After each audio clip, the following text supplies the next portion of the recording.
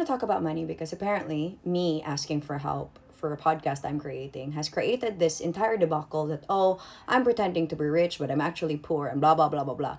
But let's just talk about money for a sec, okay? Because honestly, it is not an insult to me if people want me to be poor, okay? They want me to like have this idea, or they want to have this idea in their minds that I am not entitled to anything or that I'm very poor. Okay, first of all, I do suggest that you focus on your money instead of mine because you have no idea how I make money, how I spend my money, but I will give you a glimpse so that you are aware. First of all, my guilty pleasure here on TikTok, and I watch his videos incessantly. I am obsessed with him. His name is Jax Reyes. He is the only person that I watch when I like want to learn about something, or I just want to be reminded that I'm making the right financial decisions. I watch Jax Reyes, and I suggest that you do the same. Oh my goodness, like Jax is Jax. Super, super. I love it. Okay. Now, talking about money, the most basic thing is you must have a budget. You must have a budget. In my case, I have a set budget every single month that will not be touched because my income is also fixed. Okay? My income, all right, has a certain amount that I have to allot.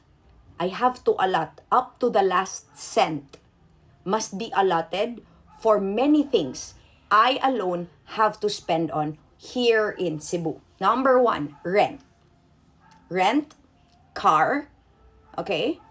Okay? Number three, sweldo ni Tita Cherry, sweldo ni Ken, sweldo sa tatlong tutor ni Tony. Tatlong tutor. Dalawang alternating every single day. Then yung Chinese. Then meron pa siyang tutorial hub, like SAM. So yan lahat, babayaran. Electricity, tubig, internet, groceries, okay? Emergency fund, allowable spending fund, alright? And then, meron din ako, parang allowance ko, then savings. Di pwedeng itouch yan. May investments pa pala, sorry. So yun. Plus, bahay sa Butuan that I need to spend for. Okay? And then that's it. And then may a little bit kami na nilalagay for donations, personal donations ko yan every month kasi meron akong tinutulungan din. Ganyan po yan. So it just so happens that the money that I needed for my expenses for my podcast is way bigger than my allowable spending budget on myself, plus parang the small, kasi ang emergency fund is different because this is not an emergency, this is an unplanned expense. Magkaiba yan. May emergency fund din pala kami. Sorry, hindi ko nalagay doon. So, sa listahan. So, ngayon, this is it. I don't even need to explain it to you kasi hindi ko talaga gets why you are so pressed that I'm asking for help. Ikaw ba hiningan ko ng tulong? Ikaw ba? Because the podcast is gonna happen. Whether you like it or not, it's gonna happen and it's gonna be good. And kung ikaw pa tong maingay, I'm pretty sure ikaw tong mag-aabang sa kada episode. For sure mag-aabang ka. Kasi mas mag-aabang ka pa, kasi mas obsessed ka pa sa akin kasi sa totoo kong mga fans, supporters, sa totoo kong mga kaibigan.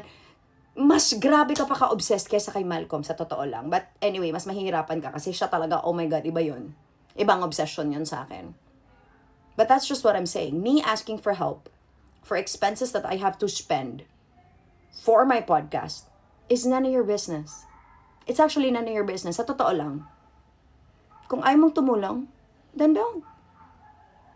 But hindi rin naman, just because of your reaction na walang tumulong sa akin, actually meron. I'm so grateful. I'm so grateful, number one, to Malcolm, because he spent for the ticket, my stay there, and yung board and lodging and transpo, ihahatid sundo niya ako. So I'm so grateful, number one. Number two, somebody also sent their pledges. Nag-pledge na sila, my friends. My brand pa nga na, oh my God, na sobrang touch ako that nag-send talaga siya for me. So, ganyan. Hindi ko pa man nabubuo ang isang buo na that I need, and I'm still accepting donations. and I'm still accepting help. But at the end of the day, if you are not smart about money, you're gonna lose it. Just like love. And para sa akin, if it's an issue to you that I'm asking for help, I'm honest. And masakit lang siguro sa loob mo that a lot of people would want to help me. And sa totoo lang, ako na yung humindi sa iba na natutulong sila. I just feel like I don't want to use that card yet. Parang ganon. And honest naman ako.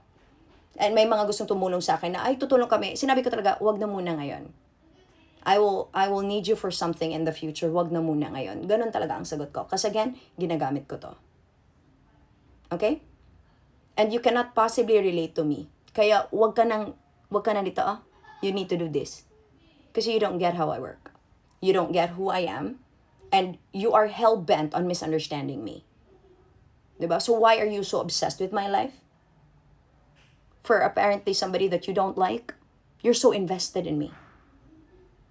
I don't get it. But hey, keep watching. You might learn something. Ingat! Morning, guys! I know na ayokong mag-drive. Kasi ayokong sigawan ni JB Suarez. He's this guy na talagang pag dumaan siya sa FYP ko, feeling ko talaga napakasama kong tao. Well, I know I don't drive. But even more so now, kasi ayoko talaga na maging kamote driver na sisigawan niya. Don't get me wrong, nakaka-enjoy naman yung crash out niya. But I remember a time na ganyan din ako kagalit sa mundo. Totoo naman, meron naman talagang rason na magalit sa mundo pag ganyan naman din talaga katanga yung mga kasabay mo sa... Pero yun lang. I think he needs a hug. Para siyang si Rendon Labador dati. But alam ko naman that Rendon was doing it on purpose. Si JB kasi, alam mo yun, yung legit yung galit niya. I hope he has a girlfriend. I hope he has a girlfriend that hugs him. Like, before or after these crash outs. Kasi parang chill naman siya na tao. But the crash outs are legendary. Nag-scroll lang ako sa FYP, nasigawan pa ako.